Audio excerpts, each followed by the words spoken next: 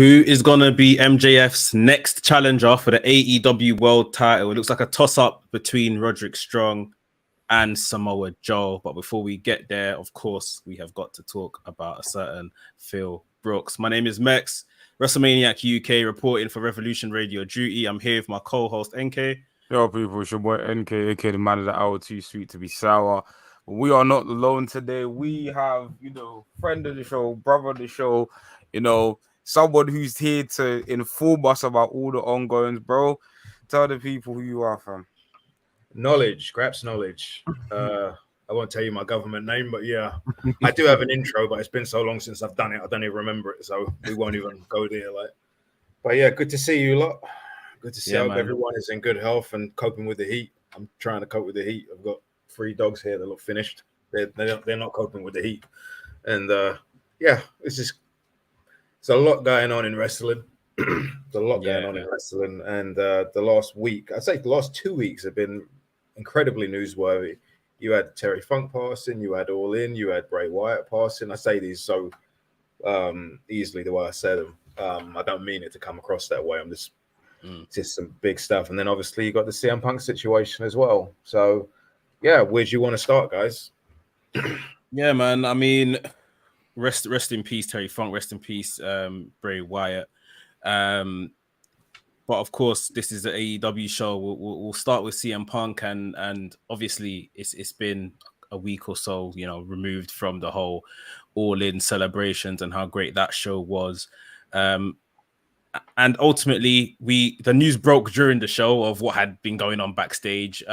Thank God it didn't taint the rest of the show. Although the news broke, like I say, everyone just kind of got on with it and enjoyed it. I ignored it. I saw it and I was just like, "Oh, I'm not even dealing with this right now." I just left it. It's literally it, and I'm just happy that it didn't have an effect on everything else they kind of booked that that they had to show us. But then obviously we knew both men were immediately kind of suspended, and then as of last week, Friday, I think the news started trickling out that CM Punk was terminated, and Tony Khan opened up Collision with the news that because of X cause he was the reason, the legal jargon. They've decided to get rid of CM Punk. It's endangering staff, himself, this, that, and the other.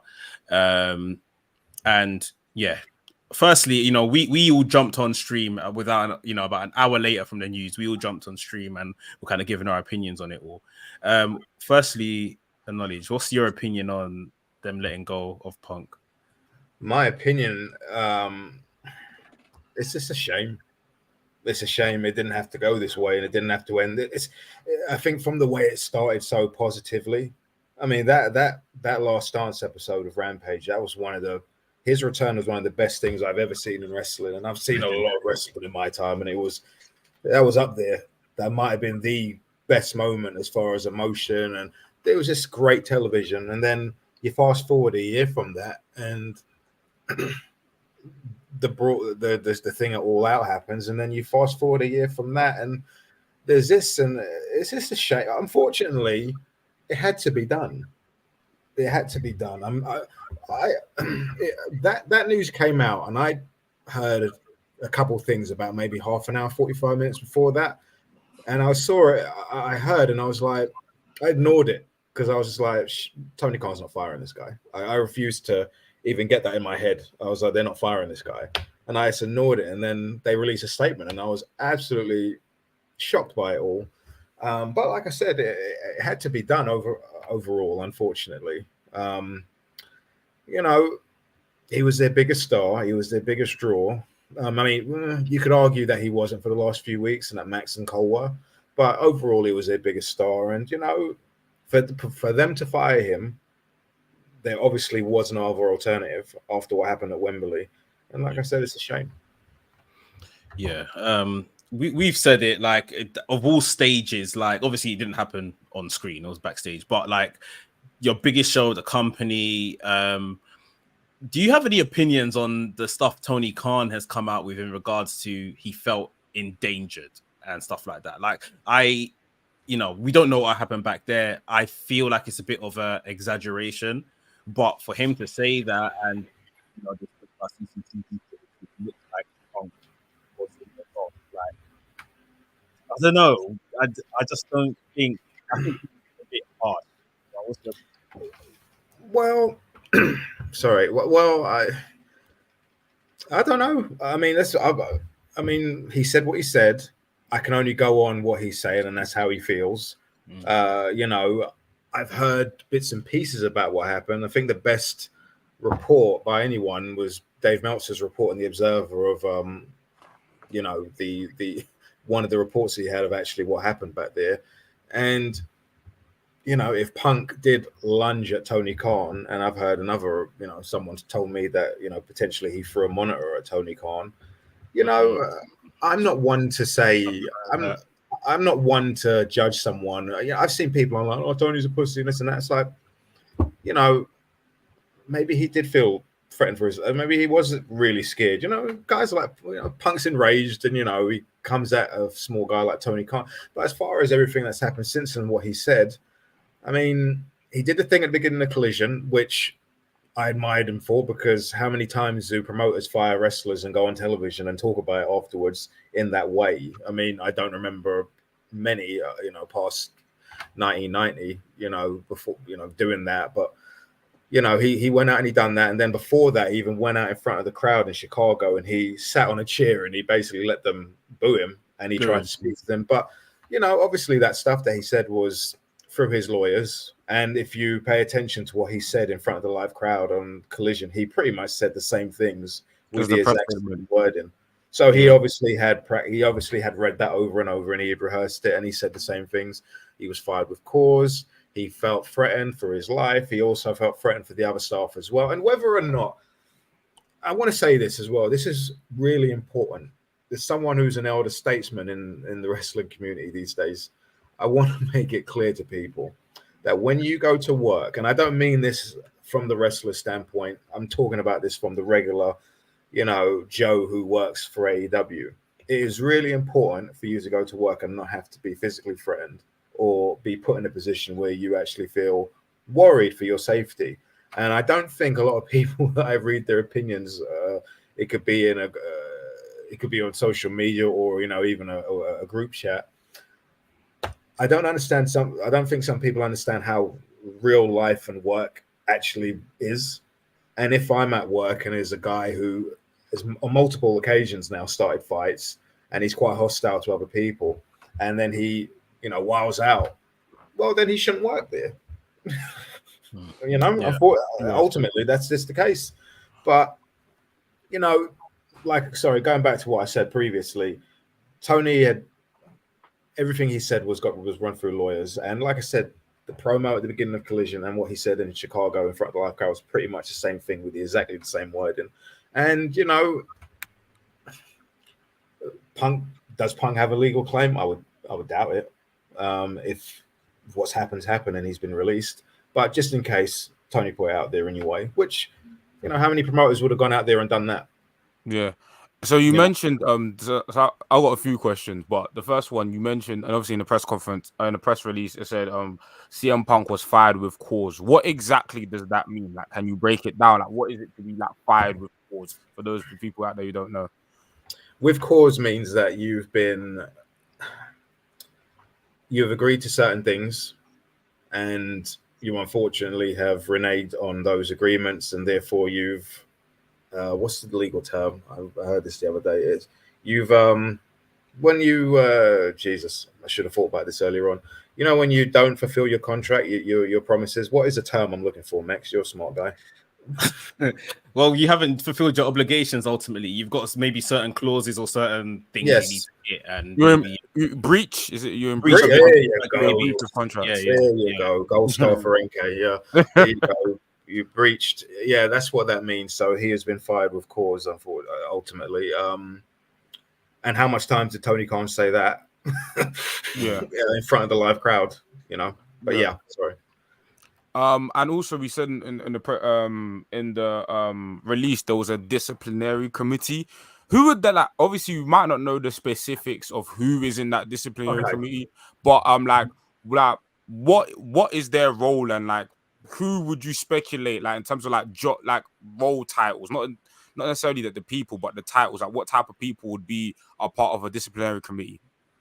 Well, in this instance, it was an independent disciplinary committee. So they would have hired an external company to come in and do this work. So now what would have happened was everything that would have happened, and I don't know if it was mentioned. It probably wasn't, actually, because it wasn't out at that time. But there is a video of this incident at Wembley, which, you know, the incident happened on a Saturday, and he was released the following Saturday because they reviewed the videotape.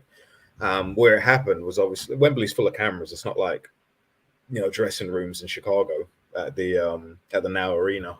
But so yeah, in this instance, whatever happened. Punk left, Jack Perry was sent home, and then the AEW legal team would have had to have reviewed everything. And at that point, and I think this is another thing that I think is important to add as well, the fact that they hired an independent committee to handle this, so that there wasn't any bias in this decision, so that no one could ultimately come back and say, well, AEW had it in for me, and you know, now they fired me. So what they've done is they've hired an external company. That external company has done the investigations. They've watched the video. They've gone through statements. They've actually interviewed multiple people in the company, the witnesses, and also other people that weren't there. And I do know that those people, those members of staff, were asked questions about the atmosphere in the company and what had happened last year. And, you know, how would they like, what are their opinions on this whole situation, and how would they like the company going forward? And it's not, I want to say that I don't know who was interviewed, and that will never come out, because I've been in these processes before, and everything is sealed. You know, nothing ever comes out. But those people would have been asked, and they would have given their answers. And on the evidence that they were presented, the independent committee recommended that he be terminated. Now, at this point, Tony Khan ain't got to do anything. I'm sure Tony Khan was recommended to release CM Punk last year, but they didn't do it. And therefore, he kept him on. And this time, you know, he done what he done. We can talk about the Jack Perry thing afterwards, but he done that in front of a dozen people. And then he potentially lunged. I'll say lunge because that's what Dave wrote in the Observer. He lunged at Tony Khan. And once you do that, it's like, I mean, don't get me wrong, there's many wrestlers that are lunged for promoters, but not with HR teams these days. Wrestling is different nowadays. You can't just lunge at people. You know, back in the day, you can't do that. I mean, obviously Vince McMahon got punched by Bret Hart, and he got beaten up by Nails and Bad News Allen and all these people. There was no HR teams when Nails beat up Vince McMahon, you know, and you know there was no HR teams out there. And if there was, and that happened now, what do you think would happen? You know, the same thing that would happen here. But yeah, independent committee. Sorry. It sounds like they've basically bagged him like dead to rights. Like you're saying, if there's video evidence, there's witness statements, and on top of that, the contract, which I'm pretty sure, you know, the whole period when he was off, suspended / injured after Brawl Out, when they brought him back, I'm sure there was some talk around he had been told these things are now in his contract that he can't breach, otherwise, you know, it's kind of last chance saloon. And like I said, if he's, you know, by this cause situation, like if he's gone past all of those breaches and they've got hard evidence of everything that took place at All In, he doesn't really have a leg to stand on. No, I think I've seen a lot of people, and I don't even people online. I've seen certain members of wrestling media saying that, you know, he's going to sue, or he needs to sue, and you know, the Punk team are going to come out with some sort of statement and they've got a fire response to all this. Really, that man should just log off. Really, that man needs to just go away for a bit, because there's nothing you can say right now that is going to help your cause in any way, unfortunately. Now, if you look at what happened at Wembley, all right, and let's talk about this now. All right, so Jack, the incident over the glass, okay, that happened a while ago. Yeah. Okay, from what I understand, it happened a while ago and it was swept under the rug. The reason why it came up was because a couple of weeks before the Wembley show, that story just got out there into the ether, and Jungle Boy, from what I understand, felt like the Punk side put that out there. So he was hot about it, because the truth is that he was approved to do an angle with Hook involving a car, and he wanted to use real glass. Now, that was approved by agents, and ultimately it was approved by Tony Khan. Now, they got to the collision taping to tape the angle, and Punk basically said, "We ain't doing it." And you can go, apparently, he said, "You can go do that on Wednesdays. We don't do that here," sort of thing. And apparently he was really condescending. It broke down into an argument, and he was just really rude. And at the time, when I heard this story, I felt, okay, and a lot of the things with CM Punk, from what I understand, he's not wrong in a lot of his opinions about wrestling and what he wants. I think really, ultimately, it comes down to the way he explains himself and his cadence and how he speaks to people. I think ultimately is the wrong thing. So when you come in and your manager approves that you can do something, and the top star comes out and says, "We're not doing that here. We don't do that here. You do that on Wednesdays or whatever," and they start, that's not something that you need to hear. But at the time, I thought, okay, Jack Perry shouldn't be using glass, especially backstage in an angle. Use fake glass. Why would you? So in that respect, I was like, yeah, Punk's right. But then someone kind of set me straight and was like, no, he shouldn't have done that, because he should have gone to an agent. It was approved by management. It was approved by Tony Khan. It's not CM Punk's place to go to Jack Perry and be like, no, you're not doing that. When Tony Khan has already approved it, he should have gone to an agent, or he should have gone to Tony and, voice his opinion. So that is. So can I just ask there? Yeah, sorry. Like, what is the hierarchy here, or who is booking Collision here? Because, like you're saying, if the manager had said go forth and do that, if that's what you want to do, and then Punk is maybe giving his opinion, you shouldn't do that and go do it on Wednesday nights. Surely Jack Perry says, well, Tony Khan has said I can do it, or he goes back to Tony Khan and says, can I do this or not? Like, why has Punk even? You can have a say, like he can have an opinion as an elder statesman, especially saying, you want to have a long career. This isn't a smart move. You see what I mean? But like, how can he just plain face say no, and Jack Perry then doesn't do it, and it becomes this like? Okay, so Kevin Sullivan was the head booker at WCW. Okay, for years, Kevin Sullivan was the head booker at WCW. To get stuff approved, he had to go and speak to Hogan.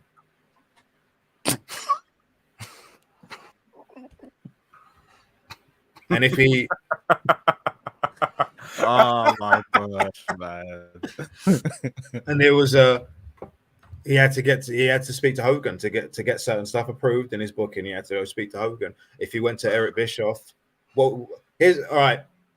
NK, Kevin Sullivan goes to Eric Bischoff to get something approved. Does Eric Bischoff say A, sure, yes, B, no, or C, go and speak to Hogan? What's the answer? Go speak to Hogan. Yeah, go speak to Hogan. Bret Hart once. Do you ever see the famous angle with Hulk, with Bret Hart and Bill Goldberg with a steel plate? Have you ever seen that angle? Yeah, on his stomach, Yeah, okay. I won't bore you with the details of that story, but Bret, that day, because it was Kevin Nash's idea to do that, and to get that approved, Bret had to go around the horn trying to get that approved, and ultimately he had to go to Hogan. And when he went to Hogan, to be fair, apparently Hogan said to him, "Sure you can. Why would I care?" And that was that. So as soon as he said that, he went to Eric, and Eric was like, "Okay, you can do it then." But that's an example of how much power top stars have in pro wrestling. Top stars have an unlimited amount of power, to a point where they can send the head of HR home and tell the head of the head of talent relations that he cannot come to the building and be a part of this show. That's how much power your top star in a promotion can have. And it's not only him in WWE. Roman Reigns has got a lot of power in WWE to a point where, you know, I heard a story the other day about Roman Reigns can kick anyone out of a room except for Vince McMahon and Nick Khan. And this is true. He can kick Triple H out of a room, 100%. He's a top star in the business.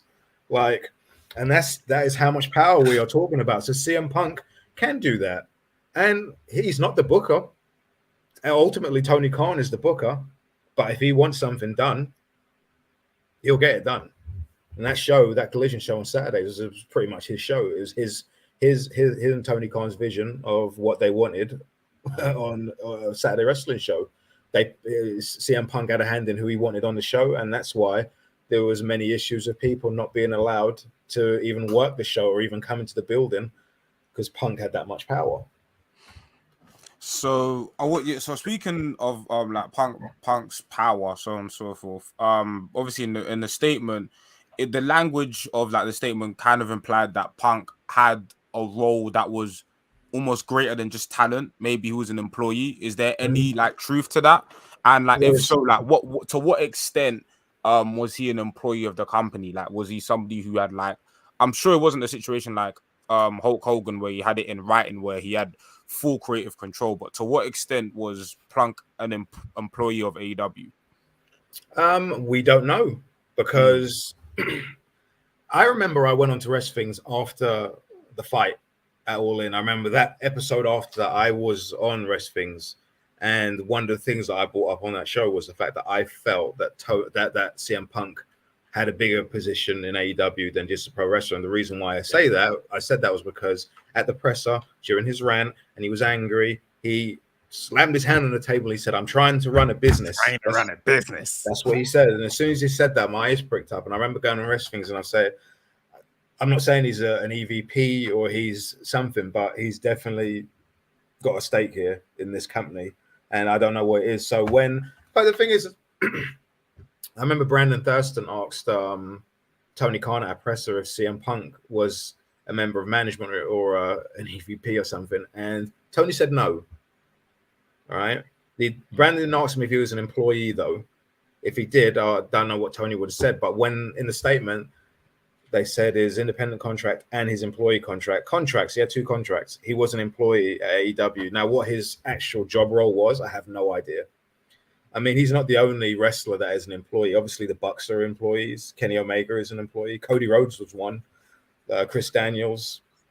Sean Dean is an employee.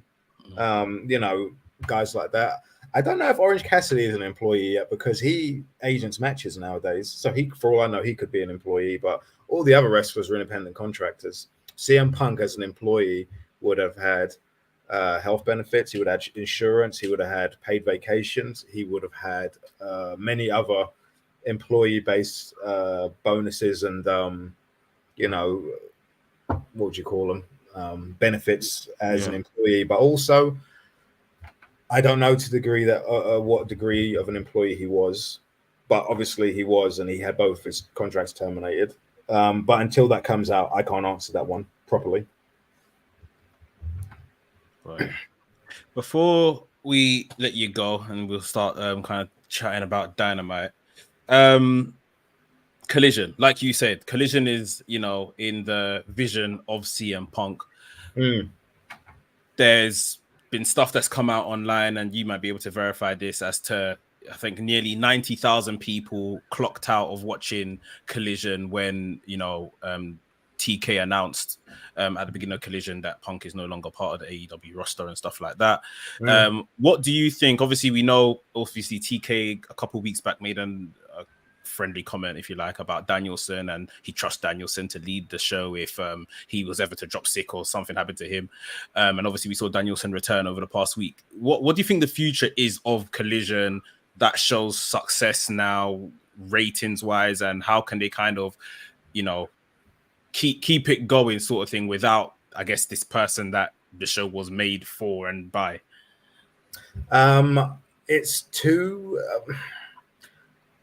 There's a lot of fear mongering out there about the Saturday number and the fact that people turned over as soon as Khan I don't even know if people don't have access to minute by minute ratings anymore. Some of them do, and the ones that do, they wouldn't have had that information on that day. So it would have been quarter to quarter. So the following quarter lost that many viewers. I mean, they were head to head with the first game of the college football season, so they were going to do a shitty number anyway, and they're going to do shitty numbers for the next. I don't know how long the college football season lasts. I think it goes to December, but they're going to be doing shitty ratings until that is over anyway. So there's going to be a lot of people that are going to see these numbers and they're going to go, "Oh, it's because Punk's not there," and that's not the case. That's the problem when you go against competition on Saturdays. That's why wrestling shows don't exist on Saturdays.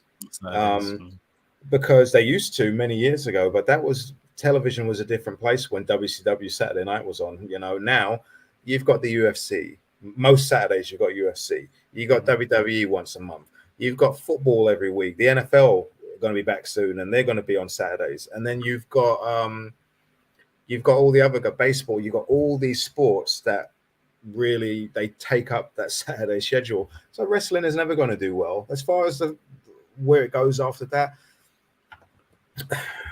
I think what they need to do with the Collision show is, I mean, you could argue that it should be different from the Wednesday show. I think a lot of people like the pacing of the Saturday show when Punk was there. But really and truly, for them to have any success, and if you look at the ratings before, they were falling off. If you look at week to week, they didn't do much better last week, and that was with less competition. They didn't do that well last week, but they need to have big names on the show. So before you had CM Punk, there was a week when MJF and Cole did a really big number when they main evented against FTR. That did a really big number. But other than that, the show doesn't really do that well. But they need Kenny Omega on the show. They need Hangman Adam Page. They need Jon Moxley. They need these people on the show for that show to have any type of potential for a long-term place on the Saturday schedule. And they also need to advertise matches too. And these cards that they're doing, I was complaining about these cards recently. Look at the show on Saturday. You had Vikingo and Nick Wayne, and they wrestled. I can't remember who they wrestled, but yeah, they tagged. Look at the card on that Saturday. Why would anyone stay? Like, really? Why would anyone stick around and stay? The main event was Dax against Jay White. Fine wrestling match. Is that a main event to put on against college football? Yeah, it's not really. It could have opened, or it could have gone second or third, but that isn't going to keep your audience. The more concerning number about that day was the fact that that main event did less than half of what the show opened up as, and that isn't something that you see very often. The fact that half of the audience turned off before the main event is incredibly worrying. But they're going to have an overall on Saturday. They're going to have to really. I think one of the issues that they had when Punk came back in June was the chaotic atmosphere in AEW. And if you look back from when Punk returned, you'd notice the show was a lot more chaotic. It seemed the booking week to week started. There was no long-term vision, really. If you look at the shows, hardly anything was ever advertised for the following week. You'd finish Wednesday and hardly anything was advertised for the Saturday. You get one or two matches, but the full cards weren't advertised. Remember back in the day when Dynamite would finish and you would know the whole card for the following week? Mm-hmm. No, not anymore. They went back to that yesterday, which was good, which has shown me that Punk's gone. Maybe there's not a lot of people arguing anymore and complaining. So now maybe they can do that. But they need to advertise cards, put stars on the show, and maybe give it a different feel as well. I mean, you can't really say what's going to happen with the show going forward. All I know is that they've got some lean months ahead of them against football because they are going to do very poorly. And it's not only them. Raw, football's back. Monday Night Football, Raw's going to go down as well until the end of football season as well. But yeah, the Punk situation it's the biggest news story since Vince McMahon. Yeah, last year, isn't it? Yeah. That was the biggest story that, and before then, I don't even know. But I mean, I don't know what's next for Punk. I don't know what he's going to do. I don't know if he's going to show up in AEW in a year's time when, things are cooled down. I don't know if WWE are going to want him. I don't know if I'm sure he wants to work and I'm sure we'll see him at some point again. But what is the future hold for CM Punk? I have no idea. Boy, it's only time will tell. Only time will tell. Yeah, only time will tell. Cool. All right, we're gonna get into this Dynamite review. Knowledge, welcome to stick around. Or no, I'm gonna go because I haven't finished Dynamite. So I'm gonna let you guys go, and I will listen to your review later on after I've actually watched the show. But thanks for having me, guys. And anytime, man. Hopefully Thanks I'll see you guys soon. Yeah, for sure, bro. Man, for sure. Take care. See you later. Yeah. See you later. Cool. So, Dynamite. What was your general thoughts of the show, NK? Dynamite was you know what? It like Knowledge said, it felt like a show where a lot was happening. There was a lot of storyline progressions, a lot of new angles, a lot of new feuds going forward.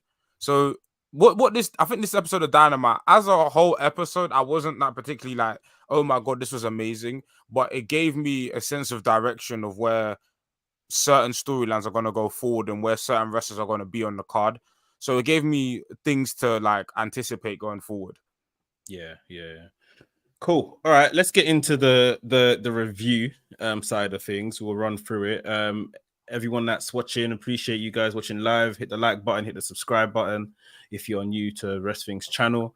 The show opened up with Orange Cassidy, big ovation. Unfortunately, no international title. He lost that over the weekend at All Out to Moxley. Mm-hmm. He opened the show. He, very somber as he is, sloth-like, saying that, AEW told him to stay at home and rest.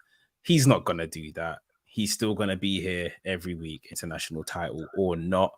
And yeah, because he's Orange Cassidy and he hasn't got a catchphrase, which has now obviously become somewhat of his catchphrase. Just going back to the weekend, that main event at All Out, for me, spectacular.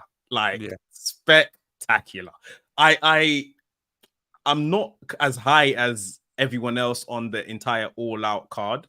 I thought it was a good show, but I saw some people thinking that or saying it was better than All In, and I guess All In we were in attendance, so maybe I've got more of affinity to that show, but I don't think it was better than All In my opinion.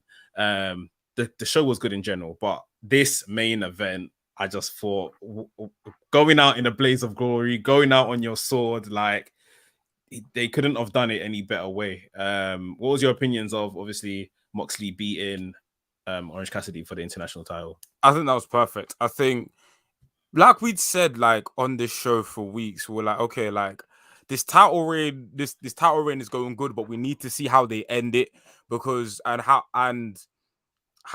having Moxley be the one to beat Orange Cassidy, but the way he beat Orange Cassidy, I mean, the match was one-sided. It was a battering. And a detail that I loved in the match was the fact that John Moxley didn't bleed. And seeing Orange Cassidy bleed and seeing Moxley not bleed was like, it just exemplified how in control of the match Moxley was. And it's like, even though it was one-sided, Orange Cassidy still got to have his moment and go out in, like I said, a blaze of glory. And I think it was and even the fact that, through circumstances out of their control, the international title happened to main event. And I think that was actually perfect because Orange Cassidy, he elevated this title and now he's gotten elevated in the card. He gets to main event. He gets this last stand, this last hurrah at the fight, as the final match on the pay-per-view. And he gets the standing ovation from the crowd at the end. So I thought the match was excellent. I think going back to like your All Out versus All In comment, I think from a pure wrestling perspective, I think All Out was a better show than All In, just from like the matches. But from like a spectacle perspective and as a production, All In was the superior. So it depends what you're going in looking for. I think if you're looking for like, okay, AEW have arrived as like a big company, as like, no, we are the real alternative. We're here. All In was that show. But if you're looking for like potential match of the year contenders, just pure wrestling, then All Out is the show. So that's the way I look at the both shows. That's a fair way to put it. And admittedly, I am a spectacle merchant. I love a bit of spectacle and production value. So, that could be it as to why I prefer All In. It looks like we've got a bit of breaking news here from Knowledge that just left us. A still's been released by Harvey. I mean, he must have asked for his release and they've just granted it. Like, go and join your boy in it. No, but you know what's funny? Because he got fired, then reinstated. Now he's been released again. Like, what is going? Oh wow! I mean, it's getting cleaned up now. So, boy, that's crazy. That's wild. That's it. It's time. It's time to clean up. If it's time to clean up, it's time to clean up, innit? Wow. Like, wow, fair dues. But yeah, following the Orange Cassidy promo to start the show, he walks up the ramp and obviously John Moxley's music hits, kind of thinking they might cross each other and there might be a little sign of respect or something like that. But obviously Moxley comes through the crowd and he's getting ready to open the show in terms of from a wrestling perspective. And he's taking on AR Fox in an open challenge for the AEW International title. Obviously, AR Fox has returned to vanilla, if I'm allowed to say that, vanilla Fox. Yeah. Yeah. Good match. Good, very entertaining match from these two. No blood was shed. Just a solid match where John Moxley beats him in the end with what's his finisher called again? Death Rider. Yeah. Let's talk about AR Fox quickly. We saw Darby Allin come down and kind of console him afterwards, and obviously they'll move on to the story that they're telling kind of throughout the night with Darby and Nick Wayne. AR Fox, it's like he rose from ground zero, had his 2-3 weeks in the spotlight with Swerve and the Mogul Embassy, and he's back to this point. He isn't going to be a main fixture of this Darby Allin and Nick Wayne story, which is kind of taking some speed now. He's just going to get lost in the shuffle again, surely. What do you think? No, absolutely. To the point where I honestly think now this is a punishment for some. I think this is because this is all speculatory, so I have no nobody credible like a Sean Ross Sapp or Dave Meltzer has said this, but obviously there are rumors about the whole visa issue and stuff like that. And perhaps that, maybe AEW kind of caught blindsided by that information of, we've booked you can't come to London. And maybe this is a thing of like, okay, well, you've kind of messed up a main event, so we're just you've messed up a match that we've booked. So now, cool, we're not firing you, but your position is here because you've proven to be untrustworthy. It's just me speculating. No, to add to that, I did read something that said that something along the lines of what you just said, that he might have applied for his visa late. As you're told, all right, apply at this time because we're all going to London, and he's applied late, and that's why he hasn't got it. Potentially something like that has happened. I read about it. So yeah, everything you're saying, it might kind of marry up, and they're kind of giving him this low-key punishment. Well, we tried to give you this spot, you messed it up, and so now you're kind of back to square one. Which from the company's perspective I get, but it's like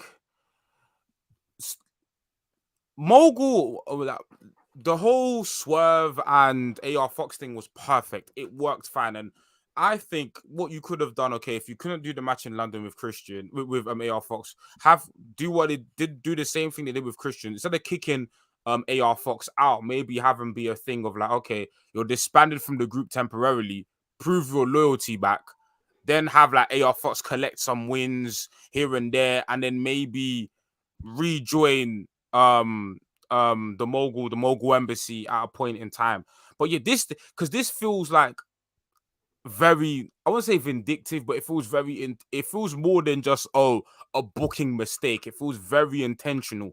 No, we're gonna put you back where you started. It's not even a thing of you've been misused or you've been neglected. No, he's not been neglected because he's clearly showing up. This is an intentional thing, because with AEW, I kind of know when they've forgotten about someone or they've missed a trip because you don't see them, or the story will go in a different direction. This feels no, we see AR Fox just as much as we used to see him, but it's he's been very firmly demoted. So in my opinion and in my speculation, I think this has definitely got to do with some behind the scenes stuff that's manifested on television, which is unfortunate, which I still don't think is the right call, but I think it's an explanation of why this is happening.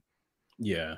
I think that whole booking decision about removing him from the group entirely, I just thought, no way, this is a complete mess. But like you're saying, it's probably a punishment of some sort. But it's a shame because he had found a good place for him. He still wasn't gonna be the main act within that act, but it was a very good place for him to be.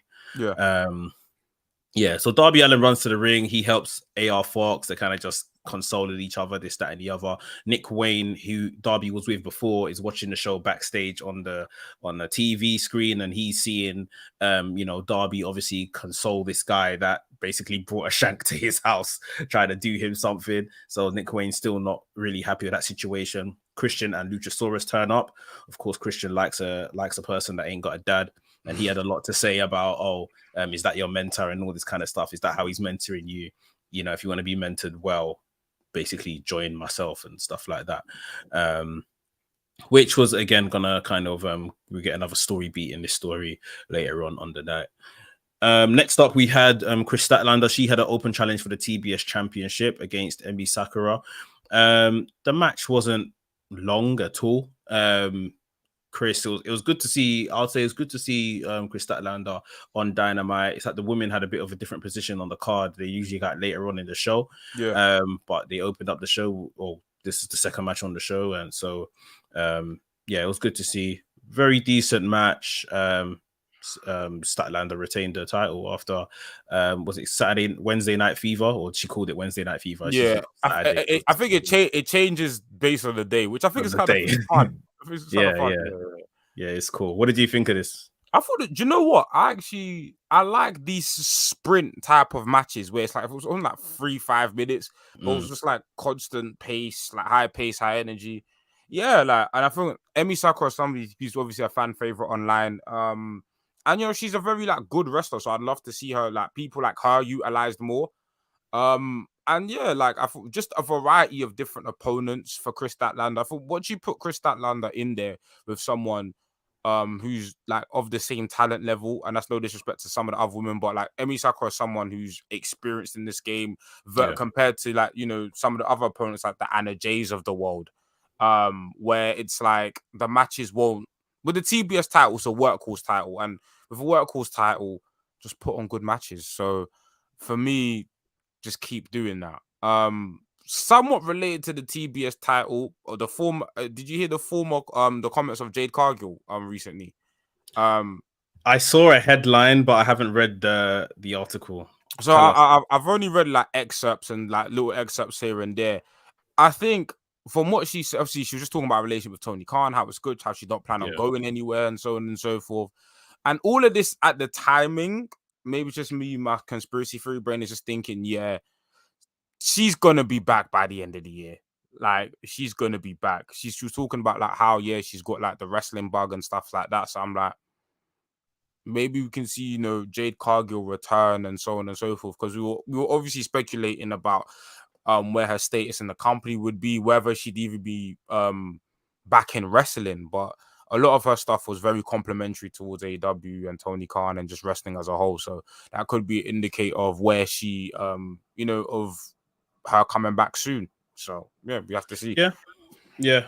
I'm yet to read the entire thing, but I saw the quotes and stuff from her and TK. Speaking about TK, I think we spoke about her not returning to the TBS scene.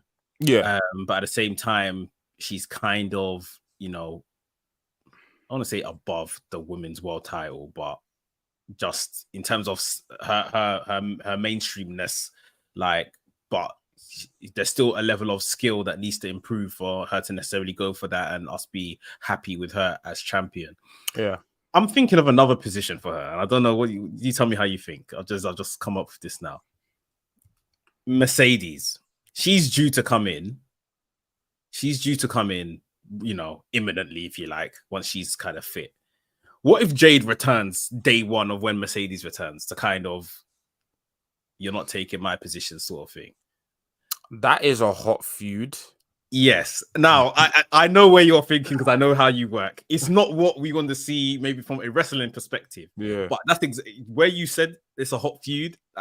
That's all I was thinking. Yeah. For Mercedes to come in and then basically their hottest mainstream female star, attacks her from day one and be like, "I'm returning now as well." It's not my position you're gonna take. Like, I just feel the women's division, maybe on Collision as well, because that show needs something, like we were just saying, that could be something good to kind of get going with. Yeah, I wasn't even gonna say that off from a match perspective. I was gonna say more so, is that something you do immediately or you wait on? Because that either way, it's money. But is it something that you like? Okay, we've got these two, and you kind of tease it for a while, or is it something you just go out of the bat with? Because I do think when we discussed this on yesterday's episode of the WRESTHINGS, one of the there was a question where what's one thing about AEW improved, and we all unanimously said the women's division. And one of the things that having stories that don't revolve around the title or the title picture. Yeah. So a Mercedes and Jade Cargill feud, just like the Clash of the Titans, would be an amazing feud that doesn't have to revolve around the title, and it will keep Mercedes and Jade away from any title pictures. But is that something you do off the rip? And either option is fine. I'm just asking, like, is that something you wait on, or is that something you just say, okay, no, like we need something hot for Mercedes and Jade, boom, let's do this? I would maybe say, maybe this is a bit of a cop-out, you probably have to look at it in terms of a calendar perspective. Where are we? What's the next pay-per-view? Who's champion right now of the women's title? Like, who's got that? Who do we want to put against that? How long do we want Mercedes to kind of, or how many people do we want Mercedes to shine a light on before she maybe gets to the women's title and all that kind of stuff? I'm sure if they, like you're saying, if they brought in Mercedes, they would definitely want her to do something with Jade. Like, that's a given. It's got money written all over it. I don't know, but I just feel like it could be a good way to kind of introduce them both, and just reignite Jade. The whole baddies thing, like we've always said, it's never really taken off. No. But if it's like Mercedes joins and is doing her typical day one promo of come to do this, like laying out her objectives, and she just gets kind of attacked blindsided by Jade and the baddies, and it's like, oh damn, they've returned as well, and then we know we're kind of off to the races. So do you think Mercedes should come in as a face? Because I feel like if I'm gonna debut Mercedes, I'll debut as like a top heel, but I do but then I'm deep in the women's division right now, is very heel heavy right now, so you probably do need a baby face to offset that. But like, ideally speaking, if like all things were fair and like Jamie Hayter was still champion, I would debut Mercedes as a heel, because I think Mercedes, I think her best work is as a heel. That's where like her, But I guess with Jade and Mercedes, you can kind of do a thing where Mercedes will obviously be the fan favorite, so she can, and in those situations, she can kind of lean into her heel tendencies and still be popular, kind of like not MJF level, but those there are guys, when you're that over, you can bend the rules. I mean, The Rock and Austin bent the rules all the time. Like they were babyface doing heelish things, and I think Mercedes is that level of star where she can kind of bend the rules and still be perceived as a face. Yeah, and it's kind of the same with Jade. Like Jade is a heel on TV, but people love Jade just from a persona, attitude kind of thing. So they I'm sure they know how to toe that line, and Anyway, we've went off into fantasy booking, but right. This was one of my favorite segments on this show. Roderick Strong video package. He's got the kingdom of either side of him. He's telling a story about his childhood and his upbringing that, for those that watched NXT, you would have seen that before, seeing how rough his upbringing was and stuff like that. Still kind of using it to blame and manipulate Adam Cole to a degree, I felt. Saying that Adam Cole knew this whole situation and this is how he's treating him and all of that. Obviously, he's saying that I'm entering this tournament, which we'll come on to talk about, to the Grand Slam tournament, to get a number one contender, etc., etc. I just thought it was excellently framed. He's still in this neck brace. The kingdom sitting either side of him, like everyone's all feeling sorry for him. I just thought it was some good shit. Yeah, this was fun. Yeah, some good stuff. We had Don Callis. He came out to commentary for the tag match. Let's Exalt was taking on Ozzy Really, between these two teams, I'm not a fan of Aussie Open losing. I think Aussie Open are top 5 best tag teams in the world right now. Yeah.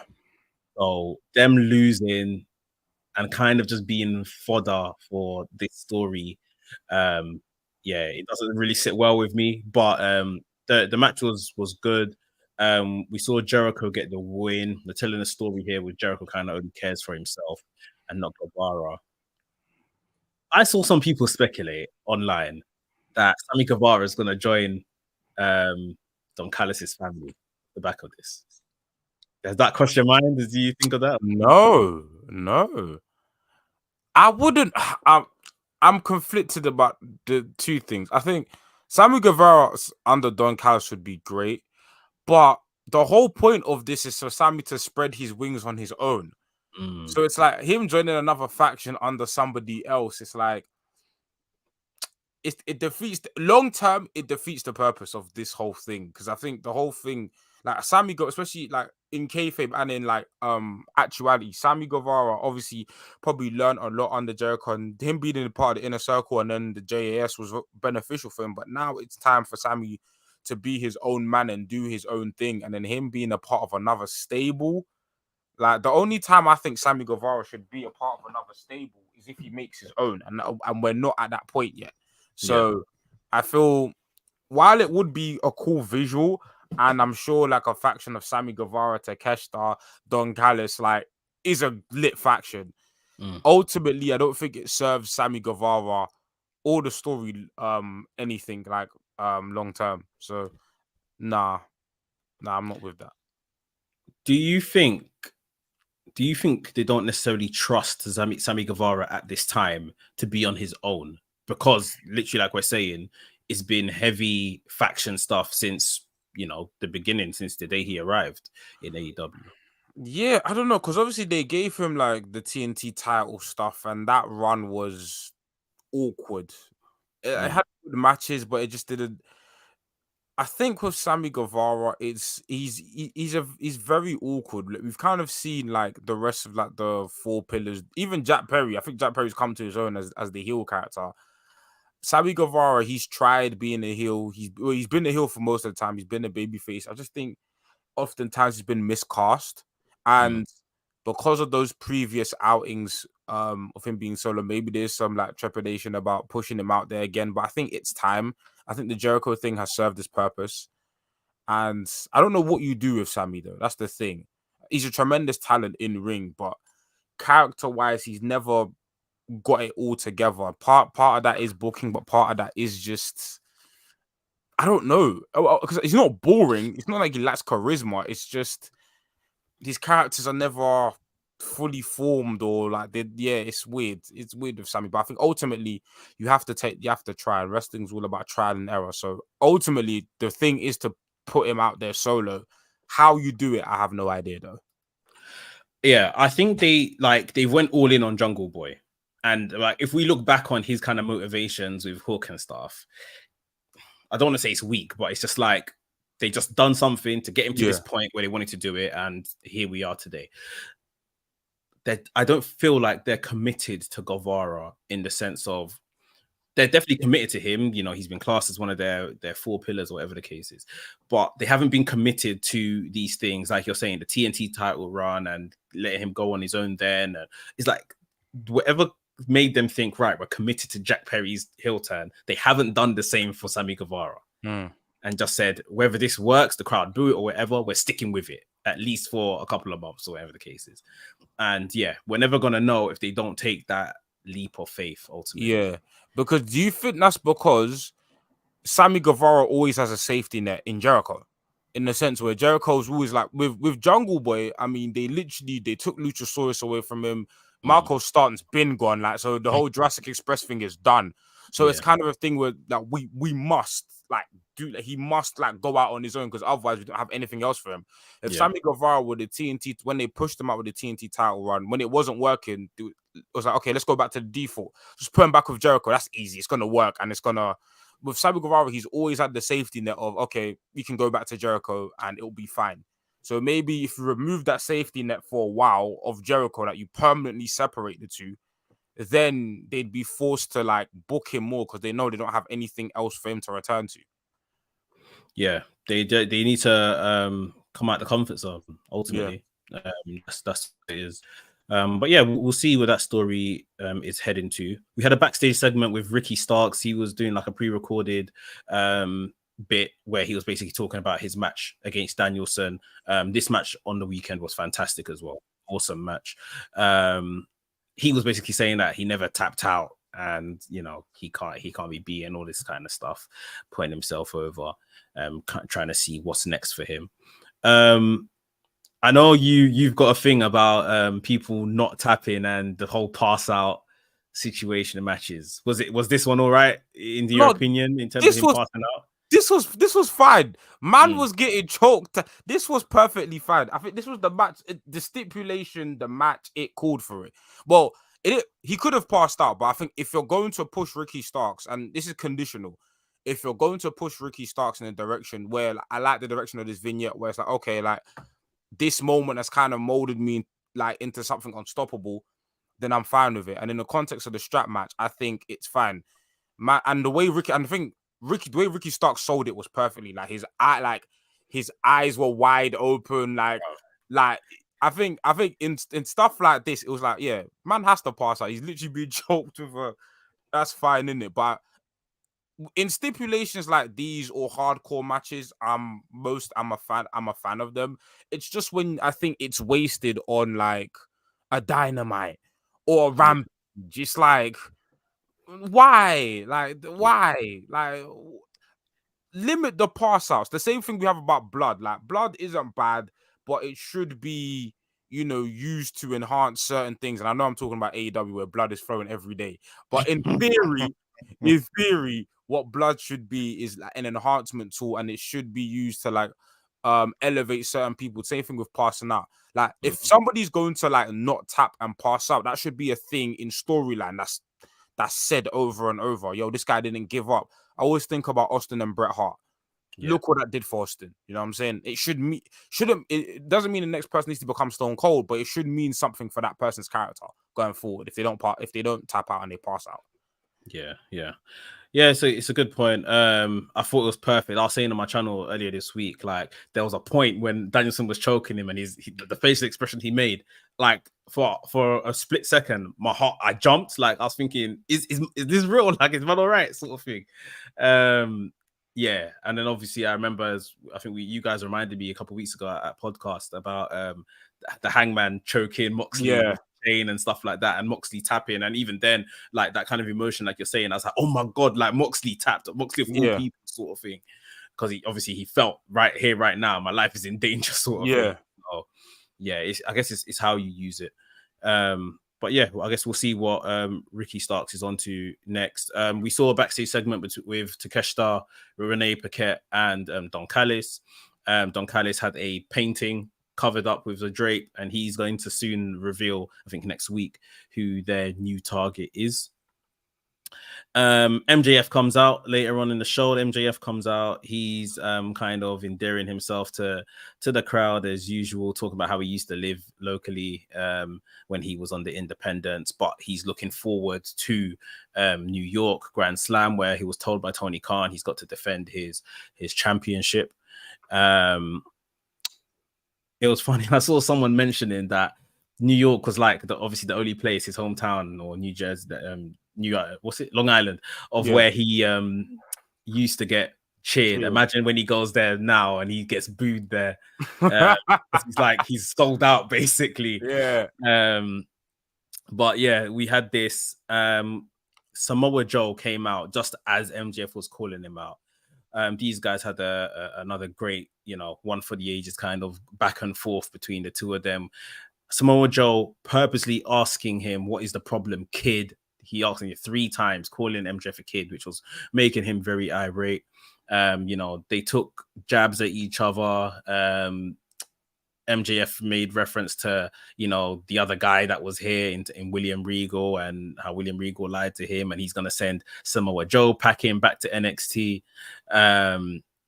What else were they talking about? And then basically, the long and short, Samoa Joe is entering this Grand Slam tournament to get his opportunity at MJF for the world title. Now, I can't help but think I don't have an issue with this at all. I think along his reign, he's varied the kind of guys. We've seen Bryan Danielson, we've seen who else was who's the four pillars, obviously the Adam Cole stuff, which is I guess a bit of a longer term story at this point. Now I'm guessing at this point it probably would have been Punk.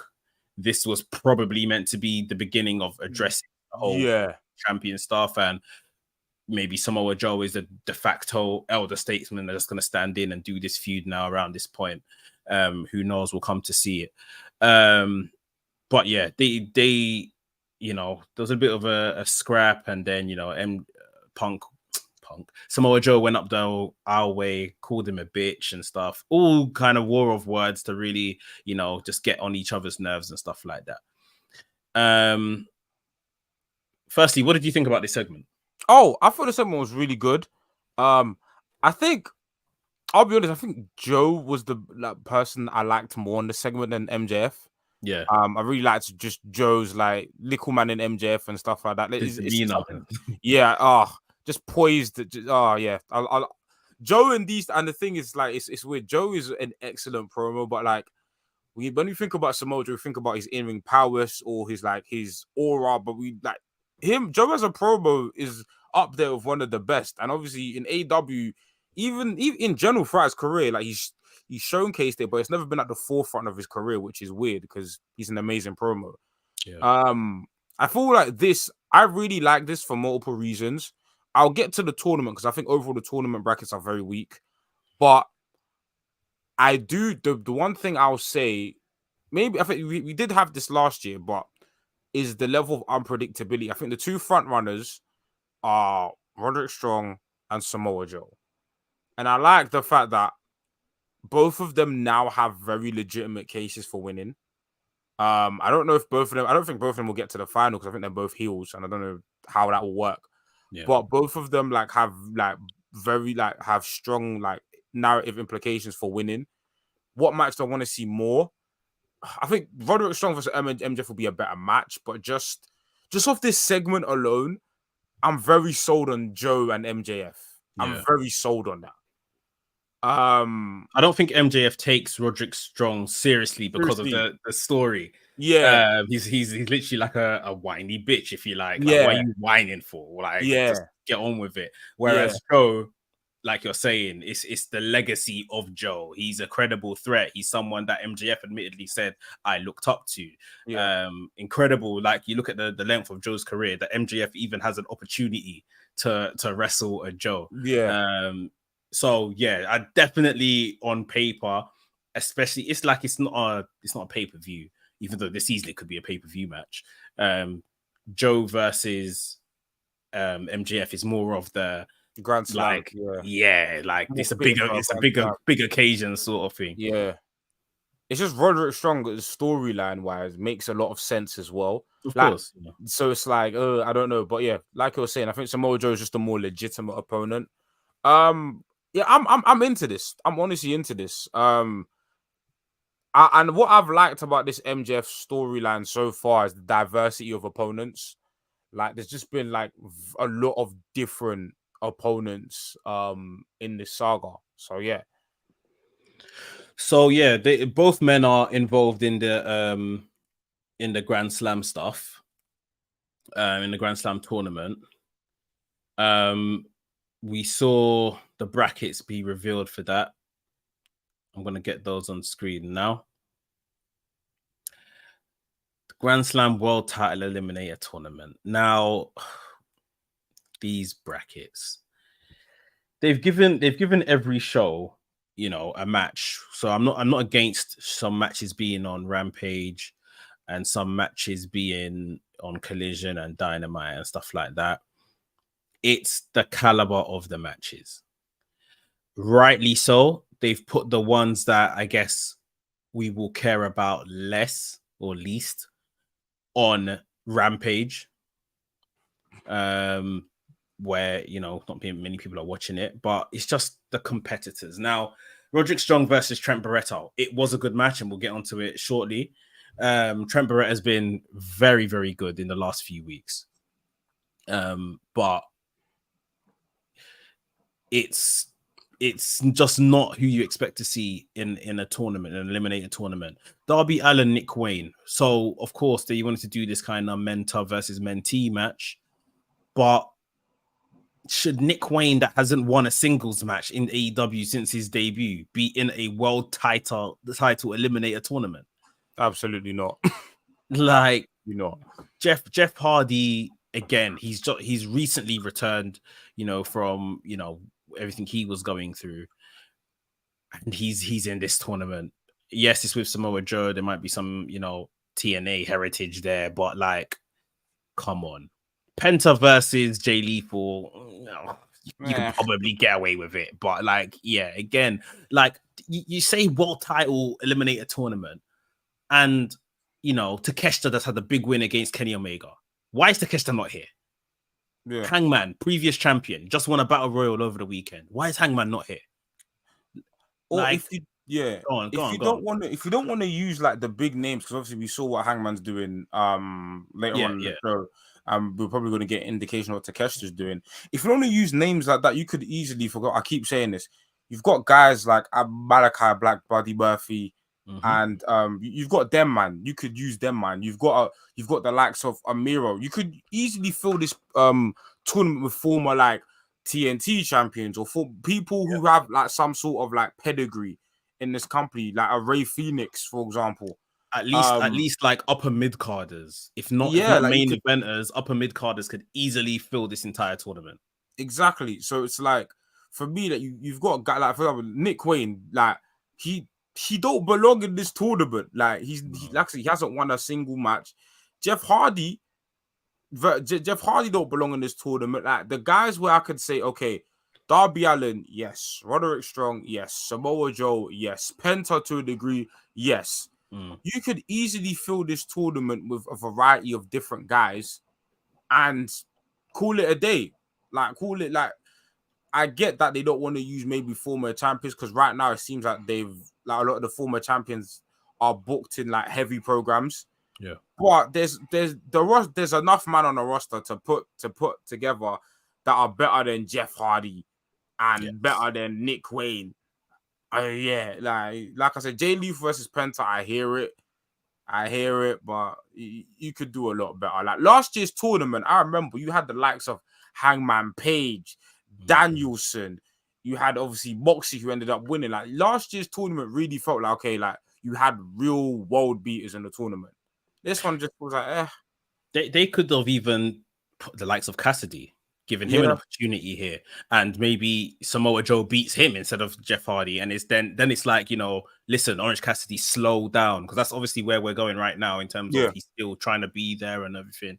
Like, he gets beaten first round. It's like, listen, take it easy, calm down. You can't be here, there, and everywhere. Like, I just think every time I hear tournament, and this is maybe universally in wrestling, I get excited. Like, oh, this is good. Gonna give it a great sports feel, this, that, and the other. And then what they give us on paper just never seems to really live up to it.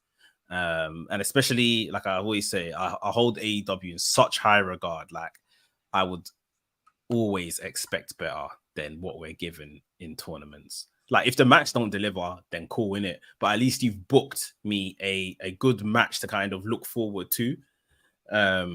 But I think, like you said, Roderick Strong's on one side of the bracket, Samoa Joe's on the other side of the bracket. The only other person I see maybe reaching this final and getting a match with MJF could be Darby Allin, who progressed against Nick Wayne. But that's the only other person. Otherwise, your money's probably on Roderick Strong or Samoa Joe. But we'll see how that all turns out. But great segment between Joe and MJF. Next up, we had that match, Roderick Strong versus Trent Beretta, in this world title eliminators match. Roderick Strong comes down to the ring, neck brace on, takes off the neck brace to wrestle the match. So I guess it's not that bad. This neck he's complaining about. Really, again, good match between him and Trent. He beats Trent in the end, and the minute he beats Trent, he gets the neck brace straight back on. The Kingdom are there waiting to help him with that. So yeah, Roderick Strong progresses through to the next round. Anything you want to add for this match? No, it was just a really fun match. Cool. Yeah, it was good. It was good stuff. And yeah, shout out to Trent. I think he's been overworking in the last few weeks, putting in some really good performances. We had backstage Renee Paquette talking to Toni Storm. Toni Storm was she was asked about kind of costing Ruby the TBS title over the weekend. And Toni said that she doesn't recall this happening, which I guess just leads into this ditzy character that she's given us. Next week, there's going to be a 4-way eliminator match, and the winner is going to be facing Saraya at Grand Slam. So yeah, I think, did they say Toni Storm's going to be part of that, or did they announce? Yeah, I think Toni Storm. I think it's Nyla Rose, Hikaru Shida, Britt Baker, Toni Storm. So basically, cool. Yeah. I think everyone that was in the four-way, and then plus Nyla Rose. Yeah. Okay. Cool. So yeah, we'll see who comes out on top. Maybe Toni Storm, and we'll see where that goes with Toni Storm and Saraya. I think we're gonna do Britt. I think what they will do, maybe do Britt Baker. I think you save Toni Storm, Saraya for like Wrestle Dream. Okay. Yeah. Makes sense. Yeah, I think that's a feud. With Toni Storm's new character, which I'm very much enjoying right now. I think obviously with the Outcast splitting up, that's like a big money match you could do at like a pay-per-view.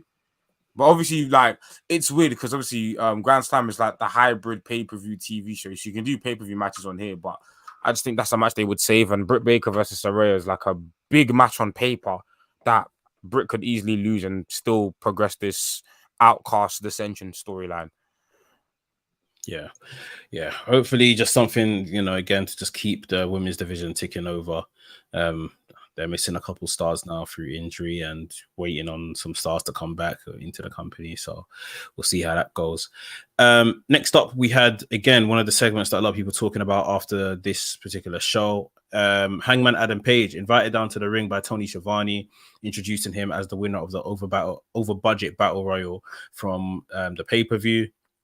Hangman donated the $50,000 he won to the Chicago Public School Fund, I believe it is, saying that, he used to be a teacher, so teachers are undervalued, underpaid, they deserve it, let's teach these kids, blah, blah, blah, hurrah for Hangman. It was really kind of rah-rah speechy. Tony Schiavone went on to kind of ask him about, what's kind of next, and he said, yeah, I'm looking forward. And before he could say much more than that, whose house? Swerve's house. Swerve comes out. He looks very different in the face. Yeah, Prince Nana's here doing his dance. Swerve basically makes out that he's been in the coffin the entire time. With his first line saying, being in the coffin for a few weeks can give a man some clarity. So he's clearly just come out of the coffin since All In. And he's kind of looking at Adam Page and thinking, like, what happened to you? Like, you were the guy that this company like earmarked as one of the top boys when you came in. You were world champion.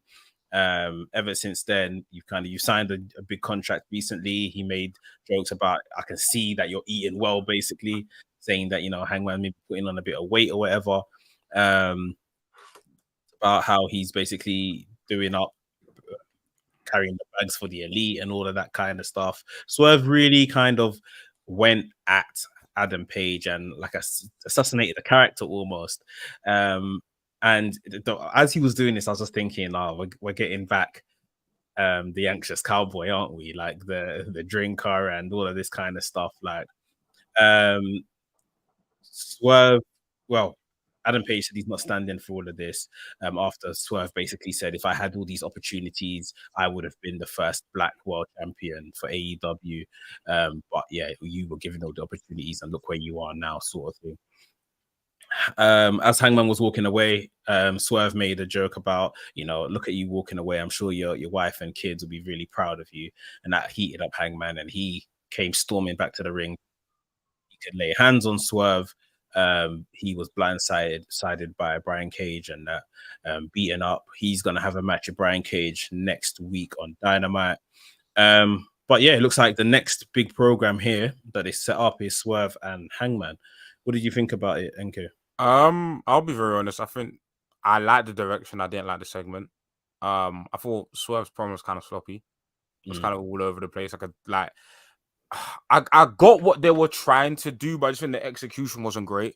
Like when I was like, okay, because it felt like, okay, Swerve, are you trying to motivate him or are you trying to like belittle him? Like it was the direction was kind of unclear in the promo, and I just thought overall, like, as much as I love Swerve, I thought in this particular night his delivery wasn't great, and neither was like Hangman's.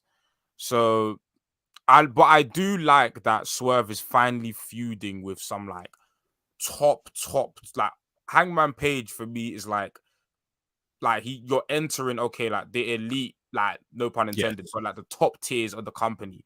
Yeah. So Swerve like feuding with a guy of Hangman Page's caliber, and potential match will be great.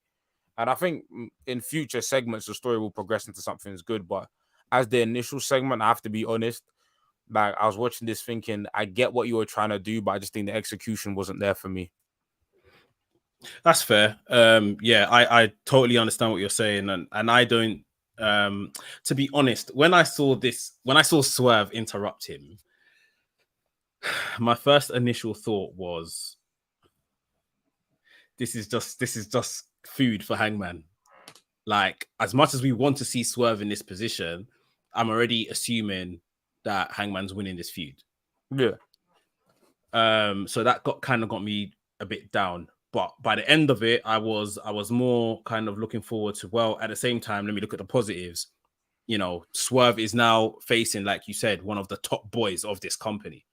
Like, whether, you know, obviously Hangman hasn't been involved in much. He wasn't really on the pay-per-view from the other day, but he is a top boy in this company. So this is a really good position for Swerve to be in. I'm thinking already, you know, Hangman wins the feud and maybe that reinvigorates him, just like Swerve was saying, and maybe in a couple of months towards the end of the year, November, maybe for Full Gear, we maybe get MJF versus Hangman for the title. Yeah. As a title defense for MJF. I'm remembering back to MJF's list that he wrote. Yeah, Hangman was on the pages on there. So yeah, I mean, for where it could possibly go, it's all good, and it's a very good position for Swerve. Again, for me, I'm just like, I don't want him to be the pretender to the throne and the nearly man. Like, if we're gonna give him one of these guys, eventually he has to win the feud.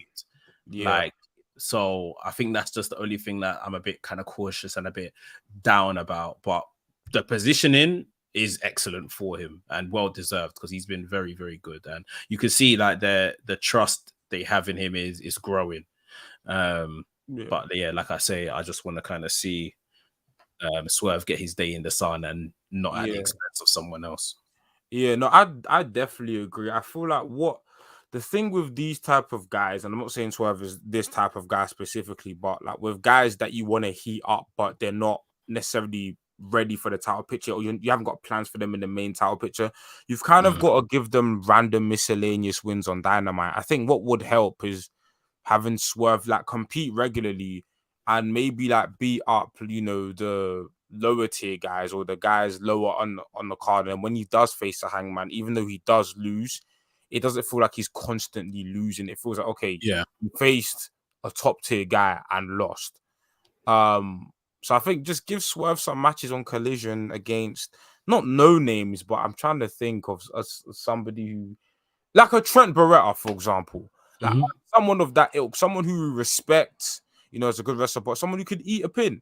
You know, just give Swerve wins over guys like that while still building these type of storylines. So when he does lose, it doesn't feel like he's just walked from, okay, a loss at All In to a loss at Grand Slam to a loss at, like, just give him some like filler in between. Yeah. So there's still wins that maybe build him up for the more credible feuds, and then if he's gonna lose that, it doesn't feel too sad. Yeah, definitely. It would help by not taking apart his faction that he built after 3 weeks after building it as well. Cool. And then we moved on to the main event, Nick Wayne versus Darby Allin, Grand Slam eliminator match, like we said. I guess, again, they wanted to tell the story of the whole mentor versus the mentee. Straight out the bat, that spot that Darby done, coming off the ropes, flying through the ring, Nick Wayne jumps out the way, and like Darby literally just collapses himself on the floor. Like when he hit the ground, I thought, oh, this is wrong. Like, they sold it very well. The match continued, and the main story being told here was Darby Allin trying to egg on Nick Wayne, like, come on, fight me, sort of thing, hit harder. There's one point he took to the mic and said, you know, you hit like an 18-year-old, hit me, and all of this kind of stuff. Really trying to charge up Nick Wayne. And yeah, in the end, Darby Allin got the win. Within this match, Christian came out. Christian went on to commentary, so he's still keeping like a watchful eye over Nick Wayne after kind of positioning him earlier in the night, like, you know, if you want to kind of get a real mentor, he can join me and all of that stuff. But yeah, Darby Allin got the win here. Darby Allin moves on in the Eliminator tournament. Is Darby Allin and Roderick Strong the next match, the semi-final match? I believe so. Yeah, that's a good match. Yeah, that's on Collision. That's going to be on Collision. So yeah, we'll see who comes out on top there. But yeah, that was it here. What did you think of the match between Nick and? I thought it was a solid match. You know what? I thought because of the Christian element of this that maybe Nick Wayne might win.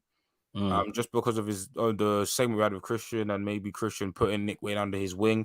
But you know, that's a story that they're probably going to tell for an extended period of time. So yeah, Darby Allin winning is like makes sense as the logical result. I kind of want to see, like, I was going to ask, I want to see what they do with Nick Wayne, but obviously they've got him with the Christian stuff. So like, we'll see how this storyline unfolds then. And then he should not beat Roderick Strong though. Like, he should absolutely, he should absolutely lose to Roderick Strong. I think with the neck, the damaged neck of Roderick Darby Strong. Allin's also selling the damaged back as well, like from the Luchasaurus match as well. And Roderick Strong's finishes the end of Heartache, which targets the back. So I just think it's weird.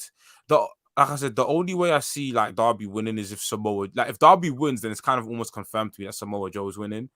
I don't think Roderick and I don't think Roderick and Samoa Joe will meet in the finals because they're both heels, but then Samoa Joe's the one who even gave Roderick Strong the injury in the first place. Yeah. So there is storyline implications for them to face each other. I just think it's very awkward that they're both heels.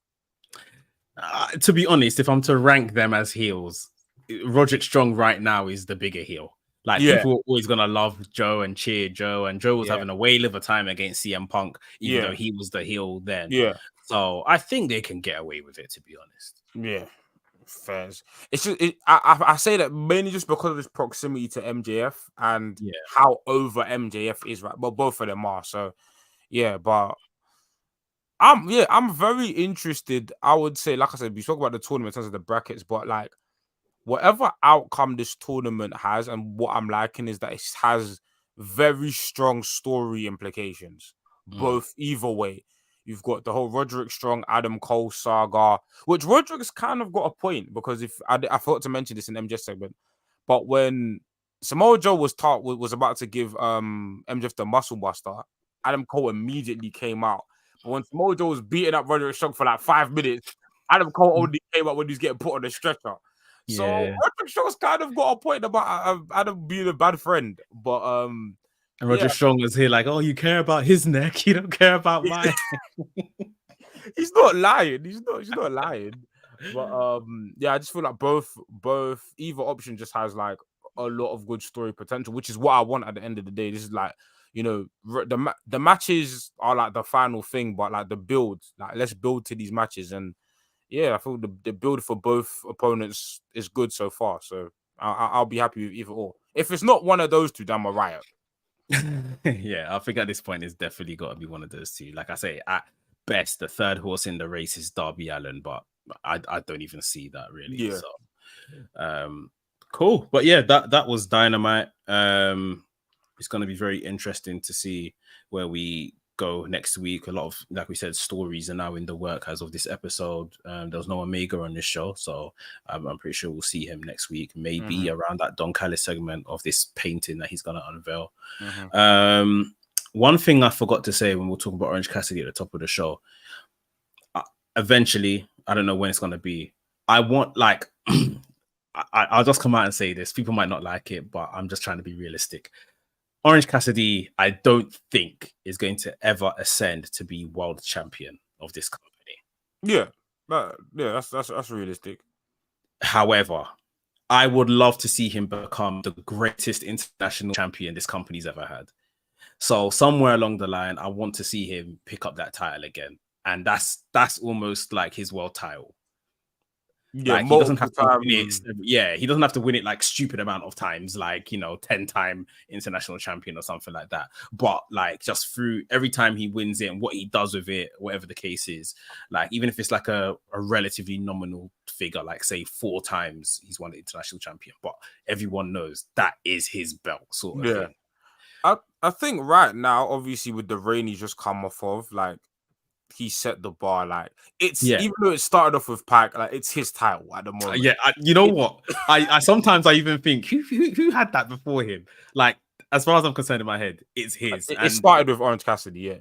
Yeah. Moxley can do a lot of good stuff for it, but because he's already Moxley, he's just a good person to have the title to continue that prestigious level of it. But I'm not sure where Moxley can take it. Like, in terms of differential of where Orange Cassidy has taken that. I think Moxley is Moxley's like I said, for Moxley, it's more so another belt on his resume. And it's like, okay, because I remember all I was saying, he's the first person to win 2 singles titles. It's just another like accolade. Where for like Orange Cassidy, this is kind of like his defining moment. Like, if Orange Cassidy was to retire from AEW today, what we remember from Orange Cassidy is this run. That run. And obviously, I agree with what you're saying, like maybe another one, or maybe it's a thing where not necessarily this one, but he grabs the TNT title at some point and makes that a thing, and he's just like the ultimate like mid-card title guy. Like, he just elevates any mid-card title he's with, he just takes it to the moon. So I agree with you. I don't see Orange Cassidy as somebody being a world champion, but what he's shown with the international titles, like, not everyone has to. You can create value elsewhere, and what he did is take a belt that was kind of just like, whatever, just a TNT championship clone, and made it like to a point where now it's a title worthy of main event in the pay-per-view, which it did. So a lot of good work from OC. Right, so guys, we'll bring it to an end. It's been a long one today, but a good episode. Again, if you joined late, if you want to kind of hear some more stuff on Punk and that situation, we talked about it with our guy Knowledge at the top of the show for the first half an hour, so you can check back on that. Wrestling's podcast out tomorrow, so make sure you get that on your audio platforms or on YouTube. And we'll be back same time next week. And just make sure you become a member, support all the other content we got on the channel. We got tons of different content, and man, keep it locked in at Revolution Radio. Become a member. Big up the members as well. Big up the members. Cool. I'll see you guys next week.